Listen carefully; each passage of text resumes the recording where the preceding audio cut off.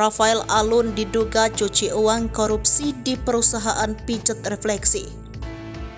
Aliran harta Rafael Alun Trisambodo terus didalami Komisi Pemberantasan Korupsi. Aliran dana tersebut diduga didapat melalui korupsi yang dilakukan mantan pejabat Direktorat Jenderal Pajak itu.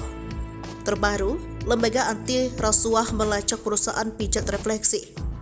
Pelaksana tugas Deputi Penindakan dan Eksekusi KPK Asep Kutrahayu mengatakan sudah memeriksa Komisaris Utama PT Keluarga Segar Sehat atau perusahaan pijat refleksi Jam Suri Liga.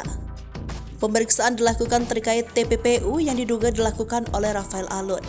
KPK pun masih menyelidiki lebih dalam apakah Rafael Alun menanam modal usaha di PT Keluarga Segar Sehat atau tidak. Rafael Alun ditetapkan sebagai tersangka atas dugaan menerima gratifikasi dari beberapa wajib pajak atas mengondisikan berbagai temuan pemeriksaan perpajakan.